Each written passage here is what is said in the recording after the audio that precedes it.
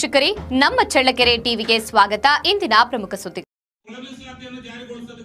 ಸಂವಿಧಾನ ಶಿಲ್ಪಿ Bharat Ratna doctor B R Ambedkar ಅವರ 135ನೇ ಜಯಂತಿ ಹಾಗೂ ಹಸಿರು ಕ್ರಾಂತಿಯ ಹರಿಕಾರ ಭಾರತದ ಮಾಜಿ ಉಪ ಪ್ರಧಾನಿ ಡಾಕ್ಟರ್ ಬಾಬು ಜಗಜೀವನ್ ರಾಮ್ ರವರು 1909ನೇ ಜಯಂತಿ ಏಪ್ರಿಲ್ 5ರಂದು ಹಾಗೂ ಏಪ್ರಿಲ್ 14ರಂದು ಜಯಂತಿಯನ್ನು ವಿಜೃಂಭಣೆಯಿಂದ ಆಚರಿಸಲಾಗುವುದು ಎಂದು ತಹಶೀಲ್ದಾರ್ ರೆಹನ್ ಪಾಷಾ ಹೇಳಿದ್ದಾರೆ. ಅವರು ನಗರದ ತಾಲೂಕು ಪಂಚಾಯಿತಿ ಸಭಾಂಗಣದಲ್ಲಿ ಡಾಕ್ಟರ್ ಬಿಆರ್ ಅಂಬೇಡ್ಕರ್ ಹಾಗೂ ಡಾಕ್ಟರ್ ಬಾಬು ಜಗಜೀವನ್ ರಾಮ್ ರವರ ಜಯಂತಿ ಪೂರ್ವಭಾವಿ ಸಭೆಯ ಅಧ್ಯಕ್ಷತೆ ವಹಿಸಿ ಮಾತನಾಡಿ, ಅವರು ಅಧಿಕಾರಿಗಳು ತಮಗೆ ನೀಡಿದ ಕೆಲಸವನ್ನು ಅಚ್ಚುಕಟ್ಟಾಗಿ ನಿರ್ವಹಿಸಲು ಸೂಚಿಸಿದ್ದಾರೆ. ಅದೇ ರೀತಿಯಲ್ಲಿ ಅಂಬೇಡ್ಕರ್ ಸರ್ಕಲ್ನಲ್ಲಿರುವ ಸಂವಿಧಾನ ಶಿಲ್ಪಿ ಭಾರತ ರತ್ನ ಡಾಕ್ಟರ್ ಬಿಆರ್ ಅಂಬೇಡ್ಕರ್ ಅವರ ಪುತ್ಥಳಿಗೆ ಮಾಲಾರ್ಪಣೆ ನಂತರ ಕಾರ್ಯಕ್ರಮ ಹಮ್ಮಿಕೊಳ್ಳಲಾಗುವುದು ಎಂದು ಕೃಷಿ ಜಂಟಿ ನಿರ್ದೇಶಕ ಮಂಜುನಾಥ್ ಹೇಳಿದ್ದಾರೆ. ನಗರದ ಪ್ರಮುಖ ವೃತ್ತಗಳಲ್ಲಿರುವ ಡಾಕ್ಟರ್ ಬಿಆರ್ ಅಂಬೇಡ್ಕರ್ ಮತ್ತು ಬಾಬು ಜಗಜೀವನ್ ರಾಮ್ ರವರ ಪ್ರತಿಮೆಗಳಿಗೆ ಮಾಲಾರ್ಪಣೆ ಮತ್ತು ಪುಷ್ಪಾರ್ಚನೆ, ಭವ್ಯ ಮೆರವಣಿಗೆ, ವಿವಿಧ ಕಲಾ ತಂಡಗಳು ಮತ್ತು ಜಾನಪದ ಮೇಳಗಳೊಂದಿಗೆ ನಗರದ ಪ್ರಮುಖ ರಸ್ತೆಗಳಲ್ಲಿ ಭಾವಚಿತ್ರಗಳ ಮೆರವಣಿಗೆ ಹಾಗೂ ಮೆರವಣಿಗೆ ಕಾರ್ಯಕ್ರಮದ ನಂತರ ಕೈಗೊಳ್ಳಲಾಗುವುದು ಎಂದು ಇಒ ಶಶಿಧರ್ ಸಭೆಯ ಗಮನಕ್ಕೆ ತಂದಿದ್ದಾರೆ. ದಲಿತ ಸಂಘರ್ಷ ಸಮಿತಿ ಸಂಚಾಲಕ ಟಿ ವಿಜಯಕುಮಾರ್, ಚಂದ್ರು, ಪ್ರಕಾಶ್, ಜಯಕುಮಾರ್, ದ್ಯಾವರ್ನಹಳ್ಳಿ ತಿಪ್ಪೇಸ್ವಾಮಿ, ಉಮೇಶ್, ದ್ಯಾಮಯ್ಯ, ಪಾಪಣ್ಣ, ಬಸವರಾಜ್, ಕೃಷ್ಣಮೂರ್ತಿ, ಹಳೆನಗರದ ವೀರಭದ್ರಪ್ಪ, ಮಾರಣ್ಣ, ಹೊನ್ನೂರಸ್ವಾಮಿ ಇನ್ನೂ ಹಲವು ಸಮಾಜ ಮುಖಂಡರು ತಮ್ಮ ಸಲಹೆ ಸೂಚನೆಗಳನ್ನು ನೀಡಿದ್ದಾರೆ. ಸಮಾಜ ಕಲ್ಯಾಣ ಅಧಿಕಾರಿ ದೇವ್ಲಾ ನಾಯಕ್, ಇತರ ತಾಲೂಕು ಮಟ್ಟದ ಅಧಿಕಾರಿಗಳು, ಸಮುದಾಯದ ಮುಖಂಡರು ಪಾಲ್ಗೊಂಡಿದ್ದರು. ನಾನು ಉತ್ತರ ಕೊಡಕ್ಕಾಗಲ್ಲ, ಅದಕ್ಕೆಲ್ಲ ಉತ್ತರ ನಾನು ಕೊಡಕ್ಕಾಗಲ್ಲ.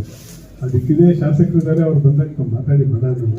ಬಟ್ ಇವತ್ತು ಜಯಂತಿ ಮಾಡೋದಕ್ಕೆ ಪೂರ್ವಭಾವಿ ಸಭೆ ಕರೆದಿವಿ, ಯಾವ ರೀತಿ ಮಾಡಬೇಕು ಅನ್ನೋದ್ರ ಬಗ್ಗೆ ಮಾತಾಡಿ. ಇವತ್ತು ನೀವು ಭಾಗವಹಿಸೋದು ಬಿಡೋದು ತಮ್ಮ ವೈಯಕ್ತಿಕ ವಿಚಾರ, ನಾನು ಅದ್ರ ಬಗ್ಗೆ ಮಾತಾಡಲ್ಲ. ನಾವೇನು ಡಿಸಿಷನ್ ತಗೊಂತೀರೋ ತಗೊಳ್ಳಿ ಅದ್ರ ಬಗ್ಗೆ. ಬಟ್ ಇವತ್ತು ಏನ್ ನಾವು ಮಾಡ್ತಾ ಇದೀವಿ ಅದ್ರ ಬಗ್ಗೆ ಅಷ್ಟೇ ಮಾತಾಡಿ ದಯವಿಟ್ಟು ಎಲ್ಲರೂ.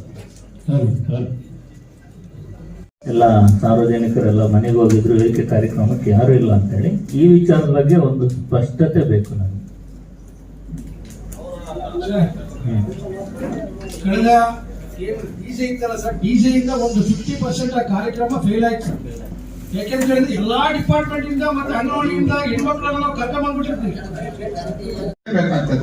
ಅದನ್ನ ನಮ್ಮ ಸ್ಪಂದನೆ ಕೊಟ್ಟು ಮಾಡೋಕ್ಕಾಗತ್ತೆ, ಕೊಡ್ತಿದ್ರು ಮಾಡೋಕ್ಕಾಗತ್ತೆ. ಬಟ್ ನನ್ನ ಇದೀಗ ಡೆಫಿನೇಷನ್ ಅಪ್ಪ ಅಂದ್ರೆ ಇದನ್ನ ಅದ್ದೂರಿ ಮಾಡೋದಕ್ಕೆ, ನಾವು ಸಿಂಪಲ್ ಆಗಿ ಮಾಡೋದು ನಿಮ್ಮ ಒಂದು ಕಾನೂನು ಧರ್ಮವೂ ಸಹ ಅದಕ್ಕೆ ಬರುವಂಥದ್ದು ನಮ್ಮ ಬಿಲ್ಡಿಂಗ್ ಅದು.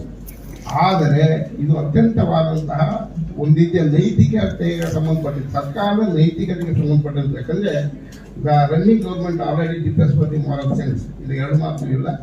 ಆದರೆ ಇದನ್ನ ಒಂದು ರೀತಿಯ ಗ್ಲಾಮರ್ ಮಾಡೋದಕ್ಕಿಂತ ಸರಳವಾಗಿ ಮಾಡಂತ ಹೇಳ್ತಾ ನನ್ನ ಮಾತನ್ನು ಮುಗಿಸ್ತೀನಿ. ನಾನೆಲ್ಲ ಇದ್ದೀನಿ, ನಾನು ಉತ್ತರ ಕೊಡಕ್ಕಾಗಲ್ಲ. ಇಲ್ಲಿ ಕುತ್ಕೊಂಡಲ್ಲ, ತಾವು ಕೇಳೋದಕ್ಕೆಲ್ಲ ಅದಕ್ಕೆಲ್ಲ ಉತ್ತರ ನಾನು ಕೊಡಕ್ಕಾಗಲ್ಲ. ಅದಕ್ಕಿದೆ ಶಾಸಕರಿದ್ದಾರೆ, ಅವ್ರು ಬಂದಾಗ ಮಾತಾಡಿ ಮಾಡೋದಿಲ್ಲ. ಬಟ್ ಇವತ್ತು ಜಯಂತಿ ಮಾಡೋದಕ್ಕೆ ಪೂರ್ವಭಾವಿ ಸಭೆ ಕರೆದಿವಿ, ಯಾವ ರೀತಿ ಮಾಡಬೇಕು ಅನ್ನೋದ್ರ ಬಗ್ಗೆ ಮಾತಾಡಿ. ಇವತ್ತು ನೀವು ಭಾಗವಹಿಸೋದು ಬಿಡೋದು ತಮ್ಮ ವೈಯಕ್ತಿಕ ವಿಚಾರ, ನಾನು ಅದ್ರ ಬಗ್ಗೆ ಮಾತಾಡಲ್ಲ. ನಾವೇನು ಡಿಸಿಷನ್ ತಗೊಂತೀರೋ ತಗೊಳ್ಳಿ ಅದ್ರ ಬಗ್ಗೆ. ಬಟ್ ಇವತ್ತು ಏನ್ ನಾವು ಮಾಡ್ತಾ ಇದೀವಿ ಅದ್ರ ಬಗ್ಗೆ ಅಷ್ಟೇ ಮಾತಾಡಿ ದಯವಿಟ್ಟು ಎಲ್ಲರೂ.